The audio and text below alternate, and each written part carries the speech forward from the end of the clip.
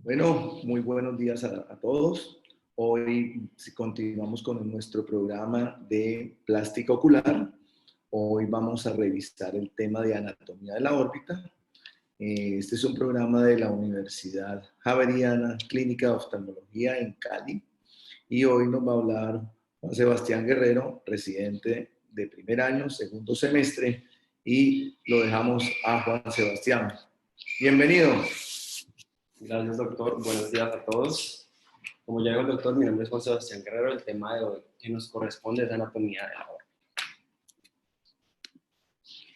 El contenido de la charla, vamos a hablar algo de las generalidades sobre la órbita, después abordamos algo de dimensiones, las paredes, los agujeros de la órbita, aspectos de la anatomía muscular, la inervación estructural, la irrigación estructural de la órbita y finalmente vamos a hablar de anexos y terminología respecto a los espacios.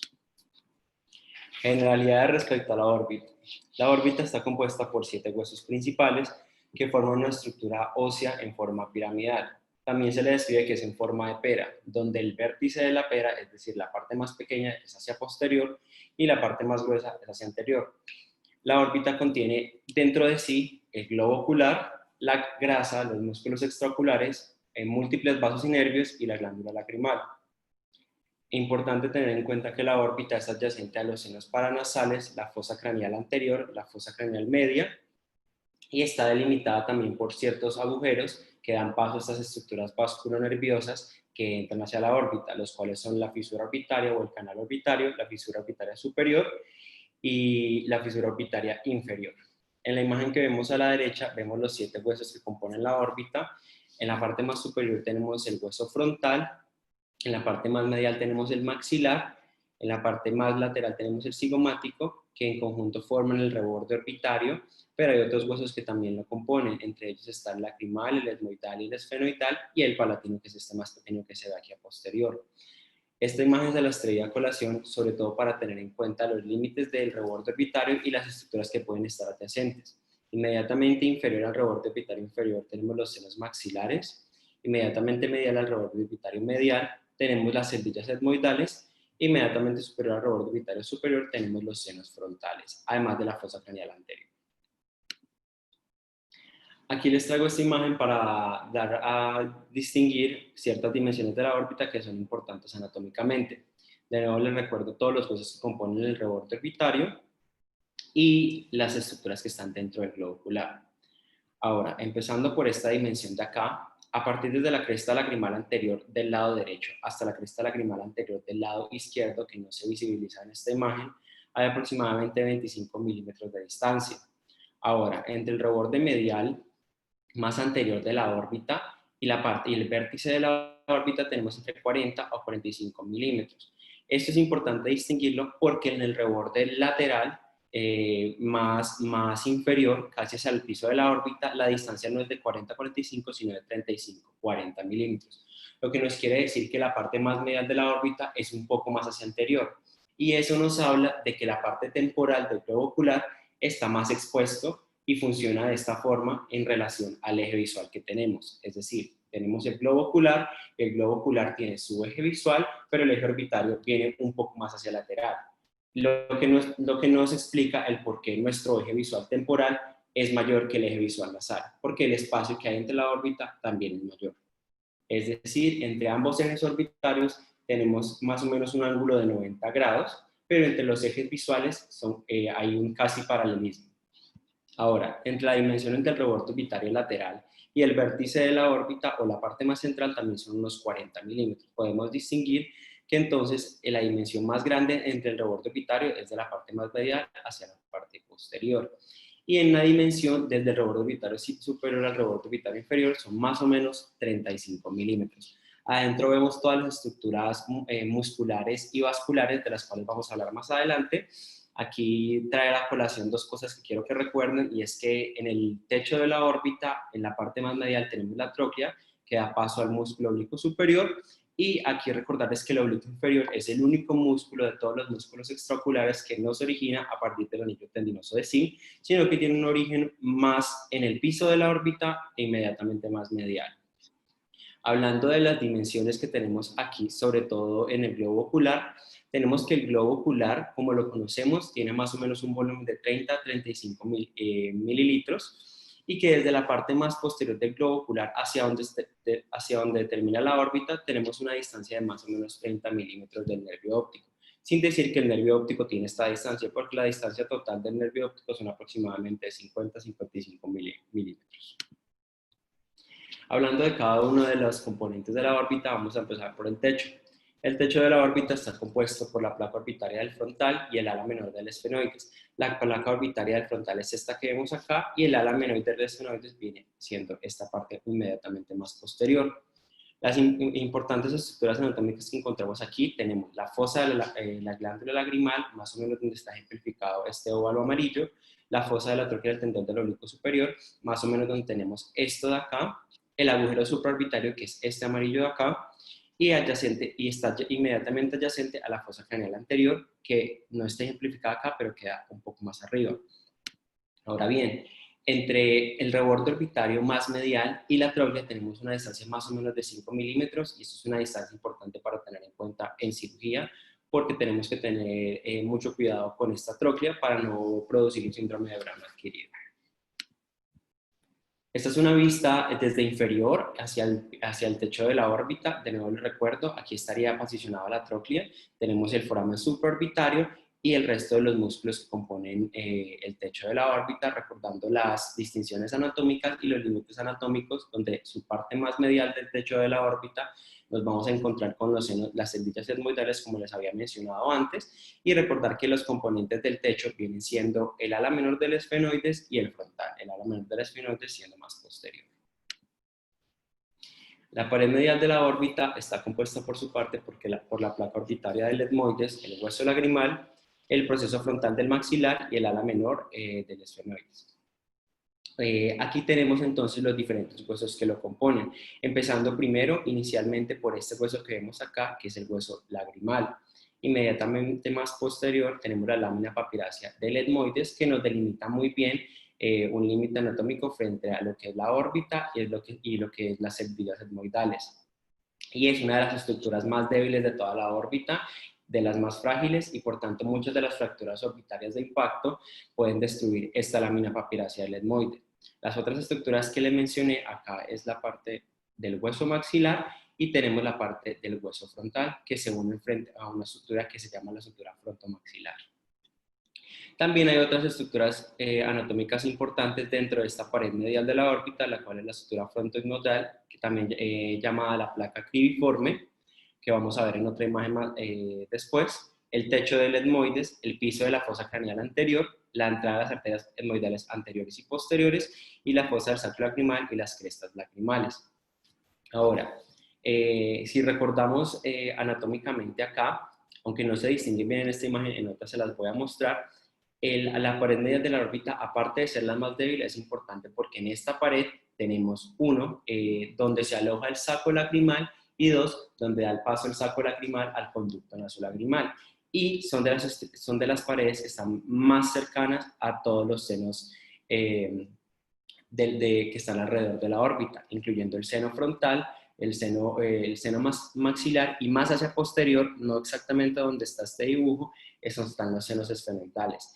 Este punto de acá nos refiere al vértice de la pared medial, y este punto corresponde al canal óptico.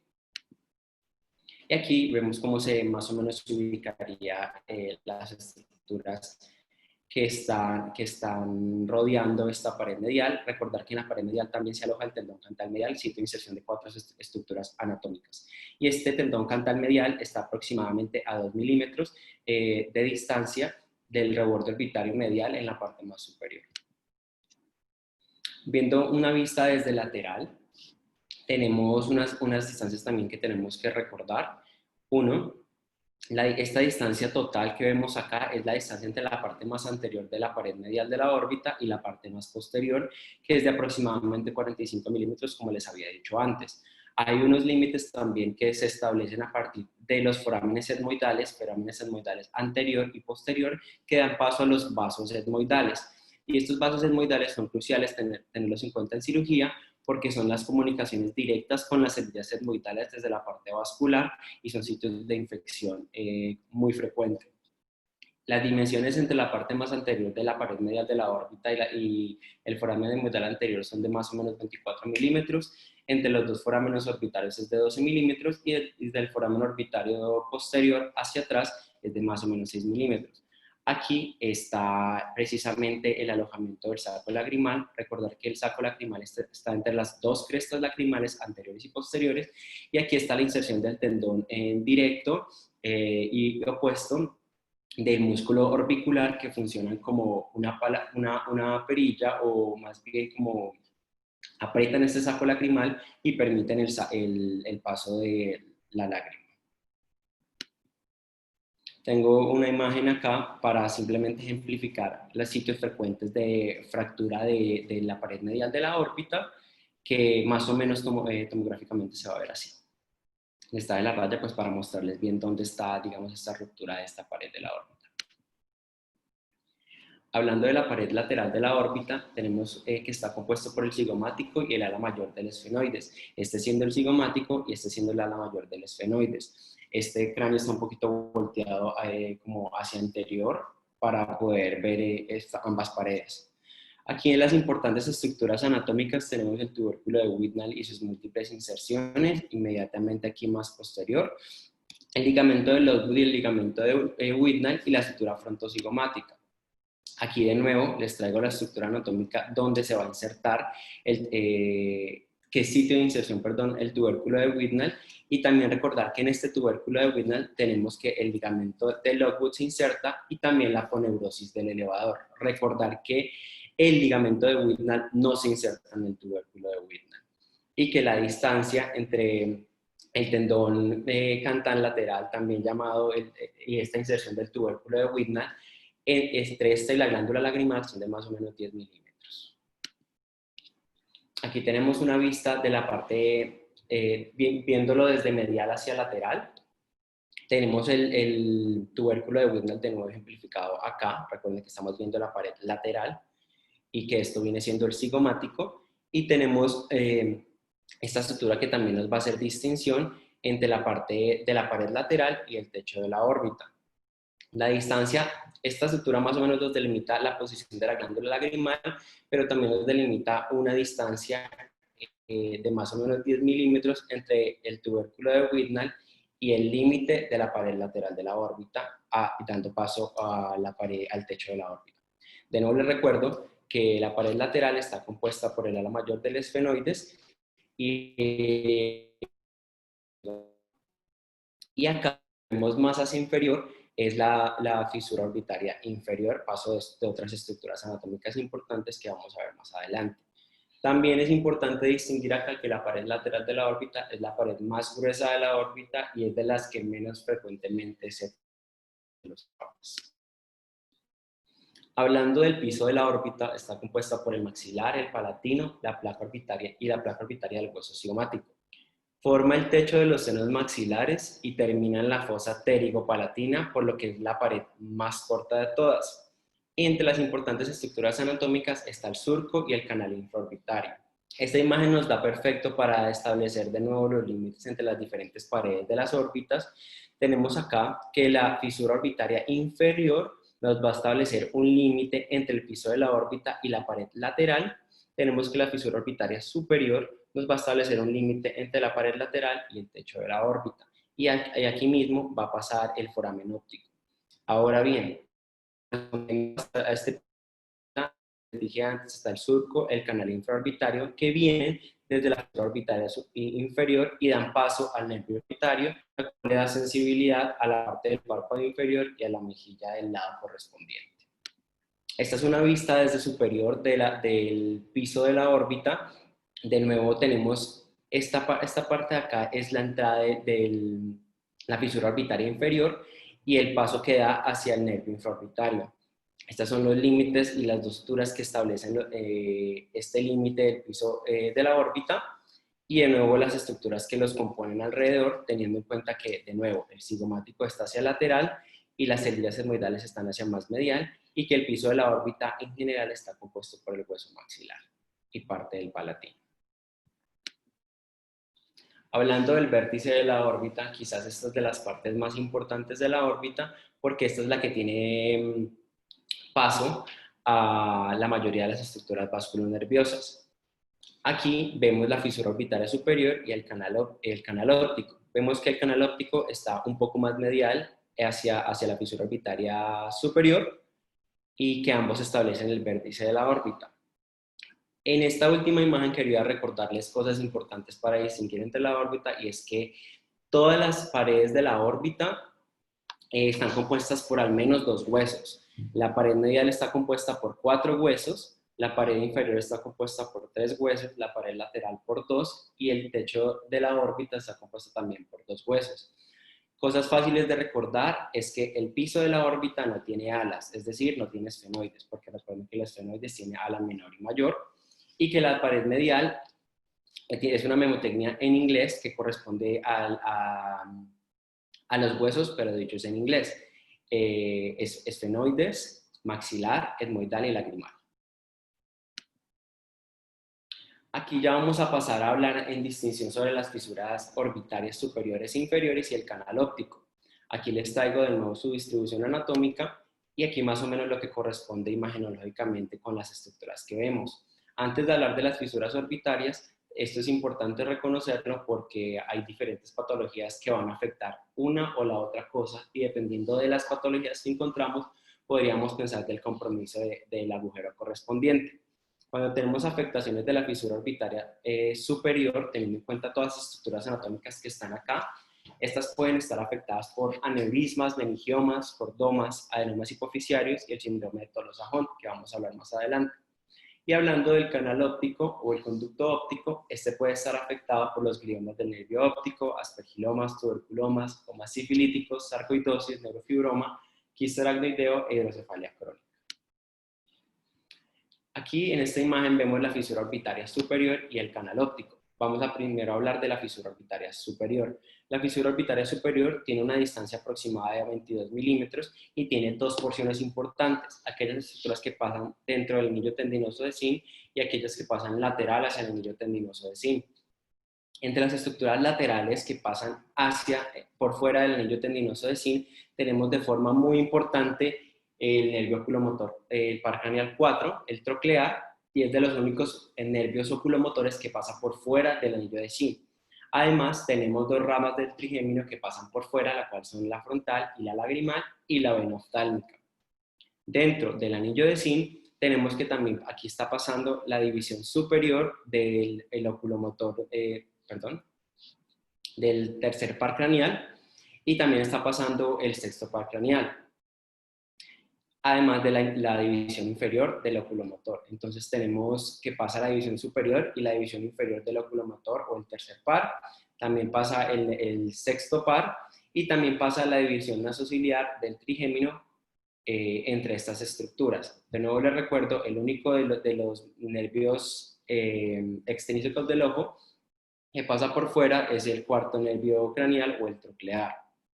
Y esta es una pregunta frecuente de muchos exámenes para recordar. Inmediatamente más medial y algo más superior en algunas descripciones anatómicas respecto a la fisura orbitaria superior. Este canal óptico da paso de forma importante a la arteria oftálmica y al nervio óptico. Y estas son las únicas 2 estructuras que tenemos que reconocer de ahí, junto con algunos simpatéticos.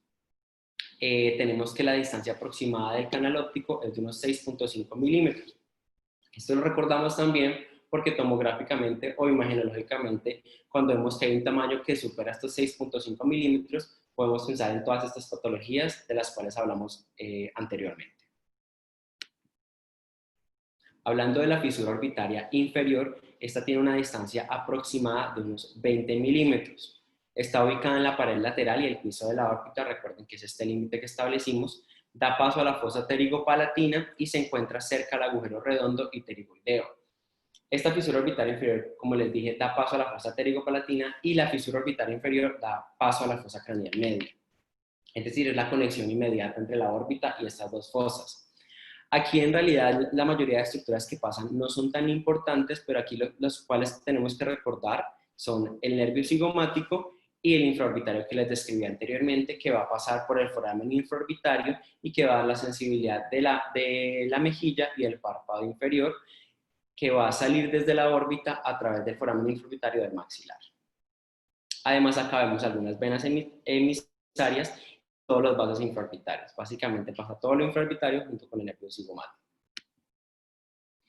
Aquí hay otros agujeros que quería traerles a colación.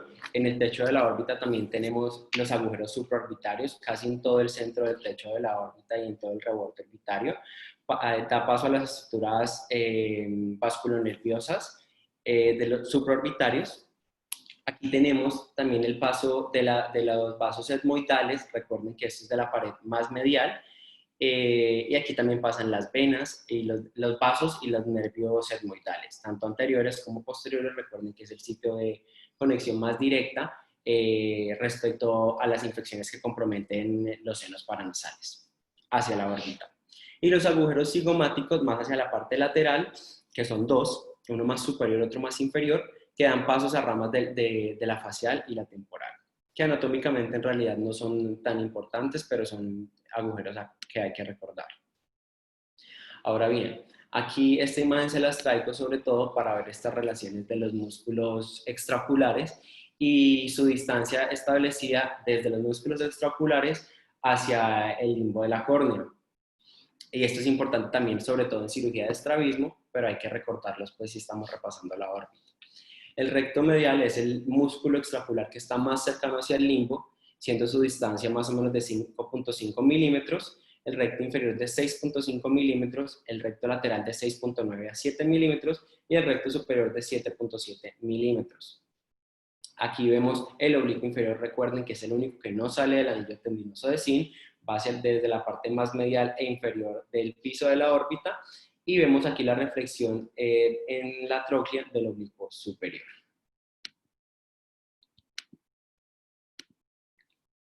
Esa es otra imagen que simplemente les ejemplifica lo mismo, como hace relaciones anatómicas, que nos incluye pues obviamente todos los huesos que comprometen esta órbita, junto con su relación con la glándula lagrimal, que recuerden que está en la parte más lateral del hueso frontal en su fosa lagrimal, la tróclea que está en la parte más medial del hueso frontal, y el saco lagrimal que está en la parte más inferior de la pared medial del maxilar, entre ambas crestas lagrimales. Los músculos faciales, bueno, en cuanto a la órbita, directamente relacionadas, aparte de los músculos extraoculares, no hay mucha musculatura importante que hay que recordar. Aquí solo les quiero recordar pues 3 músculos adicionales, que son el frontal, el procerus y el orbicular. El orbicular es el que siempre recordamos porque tiene una función de bombeo con el saco lagrimal y nos permite abrir y cerrar los párpados. Pero el procerus también es importante porque este es causa de presión del ala nasal y nos permite, digamos, mover las narinas de la nariz. Y el frontal es una ayuda básicamente hacia la elevación del párpado. Y mucha gente hace compensación del frontal, sobre todo cuando hay estas tosis, cuando hay pérdida de la función del elevador, el frontal, la gente hace hipertrofia del frontal y lo utiliza mucho para generar esta elevación. Hablando de las estructuras nerviosas, esta es como la parte un poquito más enredada de toda la órbita. Les traigo la imagen de aquí inferior a la izquierda, pues teniendo en cuenta que todos estos nervios tienen un origen real en el tallo cerebral. En esta imagen el que más les quiero ejemplificar es el trigémino, porque aparte de los oculomotores que conocemos, pues el otro nervio que ocupa gran parte de la órbita es el trigémino. Recordemos que el trigémino tiene 3 divisiones importantes, pero la parte más importante del trigémino, que es su división más superior, llamada alveolo, llamada también oftálmico, es el que más nos compromete la órbita y es el que más es importante en esta charla. Y esta división superior, a su vez, también tiene 3 divisiones más. Y estas 3 divisiones más tienen otras divisiones adicionales. Para darles una abrebocas respecto a esto, pues tenemos que el trigémino en su parte más superior, en su porción B1, nos va a dar los nervios nasociliar, frontal y lagrimal. Recordemos que el lagrimal se va más hacia el lateral, el nasociliar, el nombre más o menos nos dice hacia dónde se dirige, pues naso de nariz. Este tiene una orientación un poco más medial y el nervio frontal es una orientación más central y superior. Tal vez en esta imagen vemos la distribución un poco mejor. Sé que es un poco, pues tiene mucha información, pero aquí de nuevo pues les voy a traer, digamos, las explicaciones de estos nervios. Tenemos entonces la porción B1 del trigémino y esta porción B1 con sus múltiples divisiones. Tenemos que la división más medial, como les decía, es la nasociliar, y esta nasociliar también va a dar divisiones etmoidales, que recuerden que se va por los agujeros etmoidales, tanto anterior como posterior. Vean que pasa directamente de la nasociliar, pero también se describe que el nasociliar en ocasiones da algunas ramas para la sensibilidad de los músculos. Ahora, hablando del nervio lagrimal, que es este de acá, pues que no está, digamos, muy bien detallado aquí, pero pues digan que corresponde a esta parte, es el que se va más hacia el lateral y obviamente nos va a dar esta inervación de la glándula lagrimal y nos va a dar ramas sensitivas también a los músculos más laterales de la órbita. Y como les decía, el frontal, que es este de acá, más o menos que vemos aquí, es el que es más central y más hacia superior. Y este frontal es importante porque nos va a dar dos ramas a distinguir, que son la supratroclear y la supraorbitaria. La supratroclear, pues se va a la tróclea, como su nombre lo indica, y es parte de este mecanismo que permite que esta tróclea funcione. Y el supraorbitario, que se va hacia la parte de la ceja, hacia el párpado superior, y nos da esta inervación sensitiva de estas estructuras.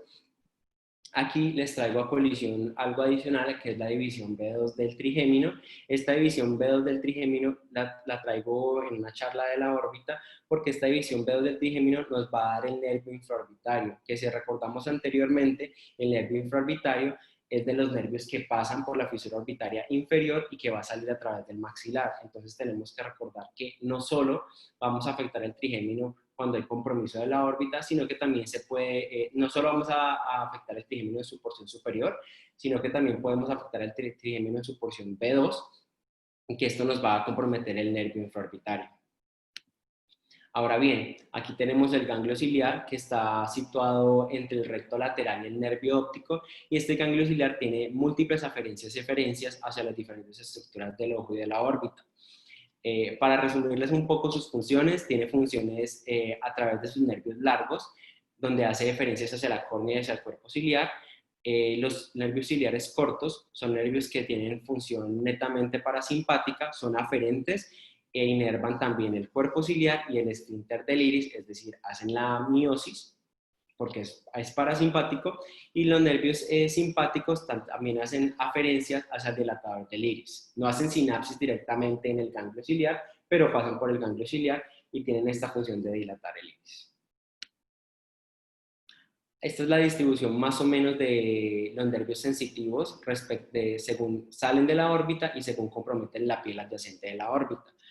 Como les decía, el nervio supraorbitario nos va a comprometer parte de la ceja, parte del párpado superior y la frente. El supratroclear se va un poco más hacia medial, nos compromete la región de la órbita, la parte más superior de la nariz y la parte más central de la frente. El infratroclear nos da completamente hacia medial y nos coge parte de la sensibilidad del saco lagrimal. Y el infraorbitario es el que nos coge el párpado inferior y la zona de las mejillas. Si recordamos en la parte temporal que les dije que había unos agujeros que no se prestan mucha atención, pues estos agujeros dan paso a los nervios también cigomáticos, y estos cigomáticos dan la sensibilidad a la parte más lateral del rostro, tanto en su parte más frontal como en su parte más inferior y lateral. Hablando del nervio óptico intraorbitario, tenemos una imagen aquí pues macroscópica de cómo se vería el nervio, pero el nervio en realidad solo es esta parte que vemos acá, y aquí vemos las tres coberturas paquimeningias que tiene este nervio óptico: pía madre, dura madre y aracnoides. Esto que vemos acá son reflexiones de la dura madre, y pues se los traje para ver más o menos cómo se vería si en alguna vez en cirugía lo vamos a ver. Y aquí les traigo de nuevo las dimensiones totales del nervio óptico. No estamos hablando, estas dimensiones totales no son solo el nervio óptico intraorbitario, aquí estoy ejemplificando todo el recorrido del nervio óptico. Tenemos que el nervio óptico intraocular es de más o menos 1 milímetro, lo que vemos en el fondo de ojo, que el nervio óptico intraorbitario, que es de más o menos 30 milímetros, el nervio óptico intracanalicular es de 7 milímetros, El nervio óptico intracraneal es de más o menos 10 milímetros, lo que nos da una longitud aproximada de 50 milímetros.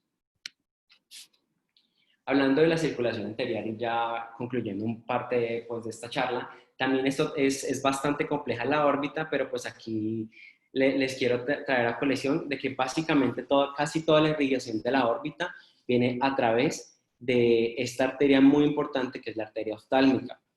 Esta arteria oftálmica es la primera división de la carótida interna y sale inmediatamente detrás del proceso clinoideo anterior. Esta oftálmica va a seguir una distribución más o menos similar a la distribución que siguen los nervios en la órbita. Y como vemos acá, ya aquí se ve la flecha, tenemos también que tenemos una rama lagrimal de la arteria oftálmica que se va a dirigir hacia la parte más posterior, nos va a dar ramos cigomáticos y ramos que nos irrigan las arterias lagrimales. Pero a través de esta división lagrimal podemos tener o ramas musculares o podemos tener ramas ciliares cortas que nos van a irrigar la parte más posterior de todo el globo ocular. Entre las otras dos ramas importantes que tenemos de la oftálmica, tenemos esta rama un poco más superior que vemos acá, que es la supraorbitaria, que esta no da algunos ramos nutricios hacia la parte superior del globo ocular, pero en general se dirige, simplemente sale por el foramen supraorbitario del frontal e irriga toda esta parte del párpado superior y parte de la frente. Ahora, de esta división, algunas descripciones anatómicas dicen que la arteria central de la retina puede salir directamente de la oftálmica, pero hay otras descripciones que dicen que puede salir de este ramo que va a dar ramo hacia el supraorbitario o incluso del ramo lagrimal. Pero para fines de esta imagen, vemos que la oftálmica es una rama independiente que sale de esta arteria oftálmica que nos va a dar la central de la retina, que vemos que se entra dentro del nervio y es una rama que va por sí sola y esta arteria central de la retina pues es importante por la que pues es la que siempre vemos pues, de nuestro fondo de ojo. Ahora, hablando de estas divisiones más mediales no ejemplificadas muy bien en esta imagen, pero tal vez se ven un poco mejor acá. Estas divisiones mediales nos van a dar ramos que van a nutrir los músculos extraoculares. Hay generalmente descripciones de que dan ramos superiores e inferiores, y asimismo como el oculomotor tiene una división superior e inferior, asimismo tiene la vasculatura más medial que viene de esta arteria oftálmica. Una división más superior nos va a dar irrigación hacia el músculo oblicuo superior, recto superior y recto medial, y una división más inferior nos va a dar irrigación hacia el recto lateral, oblicuo inferior y recto inferior. Ahora bien, en esta parte de acá, este último dibujo que les tengo acá es de nuevo, vamos a ver que aquí tenemos la carótida externa, y la carótida externa a través de una de sus ramas nos va a formar lo que vemos acá como la infraorbitaria, si seguimos este recorrido. Tenemos entonces carótida externa, facial, y de la facial viene la maxilar, y de esta maxilar nos va a salir una rama infraorbitaria que va a salir a través del agujero infraorbitario. Entonces, esto se los traje porque aunque la mayoría de la órbita está irrigada a través de la arteria oftálmica, la rama facial también va a irrigar parte del piso de la órbita y también se puede lesionar con lesiones que comprometan todos los tejidos orbitarios circundantes. Hablando de la irrigación venosa viene a través de dos ramas, que son la arteria oftálmica superior y la arteria oftálmica inferior. La arteria oftálmica, la vena oftálmica superior es la más importante de toda esta circulación venosa, porque es la que más recibe drenaje de todas estas estructuras. Esta que vemos acá se llama la vena angular, y la vena angular en general drena toda la parte anterior del ojo, medial y superior. Y esta vena angular desemboca en la oftálmica superior, y la oftálmica superior llega hacia el seno cavernoso. Hablando de la oftálmica inferior, esta oftálmica inferior compromete sobre todo o drena sobre todo el piso de la órbita, y aunque no vemos esto ejemplificado directamente acá, aquí se forma una estructura, un plejo venoso importante, que es el plejo pterigopalatino, y muchas veces la vena oftálmica inferior drena hasta este plejo pterigopalatino o llega hasta el seno cavernoso. Aquí tenemos entonces el seno cavernoso, que es esta estructura que vemos acá, pero con más detalle. Y el seno cavernoso es importante porque es un sitio de compromiso patológico, sobre todo en la enfermedad que conocemos como con el nombre de Tolosa Hunt. El Tolosa Hunt es una inflamación pues idiopática del seno cavernoso, y si vemos con distinción, pues este seno cavernoso definitivamente da paso a múltiples estructuras anatómicas que dan inervación hacia la órbita. Vemos aquí primero que está la carótida interna con sus dos reflexiones, y da también paso a todos los nervios extraoculares de la órbita. Entre ellos está el oculomotor, el troclear y el abducens. Generalmente en estos síndromes que comprometen el seno cavernoso, se describe que el nervio que más fácil se compromete es el abducens. Pero también pasa reflexiones nervios del oftálmico y el maxilar. Básicamente, todas las estructuras nerviosas que entran a la órbita. Por eso este es un sitio de compromiso tan importante en las patologías. Esta es la ejemplificación de un síndrome de Tolosa Hunt. Vemos aquí una resonancia con esta inflamación idiopática y esta hipercaptación que se ve a nivel del seno cavernoso, sobre todo el derecho. Y esta imagen es una de las posibles manifestaciones que puede tener el síndrome de Tolosa Hunt, pero como vimos, como hay tantos nervios que pasan por acá, en realidad el compromiso de los nervios puede ser múltiple o puede ser de uno solo, entonces no hay una manifestación específica de compromiso. Hablando de las estructuras anexas de la órbita, tenemos la glándula lagrimal. La glándula lagrimal es una glándula exocrina de componente seroso formada por acinos que está localizada en la fosa lagrimal, también llamada la fosa superotemporal, y tiene dos porciones o dos lóbulos. La porción orbital, que es el sitio de biopsia más importante, y está separado por proyecciones de la aponeurosis del elevador. ¿Por qué se hace biopsia en la porción orbitaria y no la porción palpebral? Porque la porción palpebral es la que tiene los conductillos excretores que van a desembocar en el fornix de la conjuntiva tarsal superior, y si hacemos biopsia a la porción palpebral podríamos dañar esos conductillos excretores y podríamos afectar esta secreción de las lágrimas. Por eso siempre la biopsia va hacia la porción orbitaria. Y la porción palpebral, como les dije antes, tiene los conductillos y ambos lóbulos drenan hacia esta porción y forman estos 8 a 12 conductillos que nos llegan hacia el fornix superior. La inervación de la glándula lagrimal viene por el 5 y el 7, o sea, el trigémino y el facial. Los senos paranasales, de los cuales ya hablé antes, entonces no voy a ahondar mucho, estos limitan tanto las paredes mediales, inferiores y superiores de la órbita y están cerca a la cavidad nasal.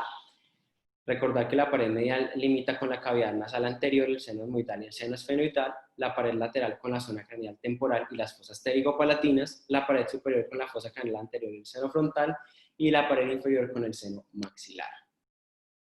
Y por último, les traigo esta imagen de la grasa orbitaria de la órbita. Recordar que arriba tenemos 2 paquetes grandes de grasa orbitaria y abajo tenemos 3 paquetes. Estos límites anatómicos son importantes porque se ven en cirugía, y entre el paquete orbitario inferior de grasa y el paquete medial tenemos que está el músculo oblicuo inferior que delimita estos 2 paquetes, y entre el paquete más medial y el más lateral tenemos una expansión del ligamento arcuado que es una expansión del músculo también oblicuo inferior, y esto nos delimita a ambos. Entre las grasas orbitarias superiores no hay un límite exacto, pero algunos autores describen que la tróquea puede distinguirnos, si trazamos una línea desde la tróquea, nos puede distinguir la diferencia entre estos 2 paquetes orbitarios. Y por último, esto que tenemos acá es cuando nos referimos a las lesiones, sobre todo imagenológicamente, respecto a las descripciones. Cuando estamos hablando del espacio extraconal, nos estamos refiriendo a todo lo que queda por fuera de este anillo músculo tendinoso. Pero este espacio extraconal tiene una parte intradural o una parte extradural. Cuando hablamos de la parte intradural, es que tenemos, recuerden que acá hay reflexiones de un tejido más o menos cartilaginoso y elástico, que son proyecciones también durales, que es como un tejido cartilaginoso que cubre todas las paredes de los huesos. Cuando hablamos de la parte intradural, es que está entre la parte más externa del anillo musculotendinoso y dentro del espacio dural, pero recuerden que este espacio dural, que es este tejido elástico, también algunas lesiones, sobre todo los meningiomas, pueden localizarse en esta parte. Y por eso hablamos de que las lesiones se ubican de forma extradural. Esta forma extradural puede ser directamente relacionada con la pared orbitaria o puede estar erosionando o dañando la pared orbitaria. Cuando hablamos del espacio intraconal, es decir, dentro del anillo músculo-tendinoso, si hablamos de la parte lateral, es que está inmediatamente lateral al nervio óptico. Si hablamos de la parte central, es que compromete el nervio óptico. Y si hablamos de la parte medial, pues es la parte más medial hacia el nervio óptico. Y de nuevo les recuerdo, esto es importante porque muchas de las lesiones o masas que se describen a nivel orbitario están descritas de esta forma. Y esta es otra imagen que simplemente nos comprueba lo mismo y nos demuestra a qué se refiere el espacio extraconal y a qué se refiere el espacio intraconal. Eso es todo. Qué pena lo largo de la charla. Bueno, muy bien, Sebas, excelente. Bueno, importante ver todo lo que es órbita, es otro capítulo donde tenemos importancia cuando tenemos patologías en la órbita. En trauma, por ejemplo, cuando tenemos trauma, tener muy en cuenta que cualquiera de estas estructuras se pueden generar una fractura y afectar la parte vascular, la parte nerviosa. Entonces, especialmente, la fractura más frecuente es la del piso de la órbita. Cuando tenemos fracturas de piso de órbita, entonces evaluar la posición del globo ocular y determinar en qué momento estos pacientes son quirúrgicos. A veces no necesariamente una fractura de piso de órbita se opera inmediatamente. Se puede hacer en un segundo tiempo, 5 o 6 días después, esperando que disminuya el edema, porque es muy frecuente que se acompañe de gran contusión, gran edema y sea difícil manejo. Siempre que colocamos las estructuras en piso de órbita, tener cuidado no ir a lesionar otras estructuras para resolver una fractura de piso de órbita. ¿Qué otra cosa importante? La parte de la circulación vascular, muy importante lo que mostraste ahí, Sebas, donde muestras que toda la vasculatura es importante. Cuando tenemos pacientes que tienen rellenos que hacen en la parte superior, es muy posible que uno, si no entra adecuadamente, si no está vigilando al paciente, pueda hacer una embolización retrógrada y afectar la circulación del ojo y terminar con un paciente con problemas visuales. Entonces, tener muy en cuenta eso. Con respecto a la patología de masa, es importante la última clasificación que mostraste ahí para el abordaje de las lesiones. Hay lesiones donde el abordaje es fácil de llegar y uno hace una biopsia. Casi siempre cuando hacemos patología orbitaria tenemos que biopsiar para ver qué estamos tratando, qué vamos a manejar. ¿Qué más sería? También cuando tenemos masas orbitarias, pues el globo ocular, ¿cómo se manifiesta? El ojo se sale hacia adelante o se limitan sus movimientos hacia afuera, hacia arriba, hacia abajo. Entonces estos globos oculares se desplazan hacia adelante y se limita su movimiento porque afecta a alguno de los músculos o algún vaso. Entonces, muy bien. No sé si tienen algún comentario. No, muchas gracias. Bueno, muy bien.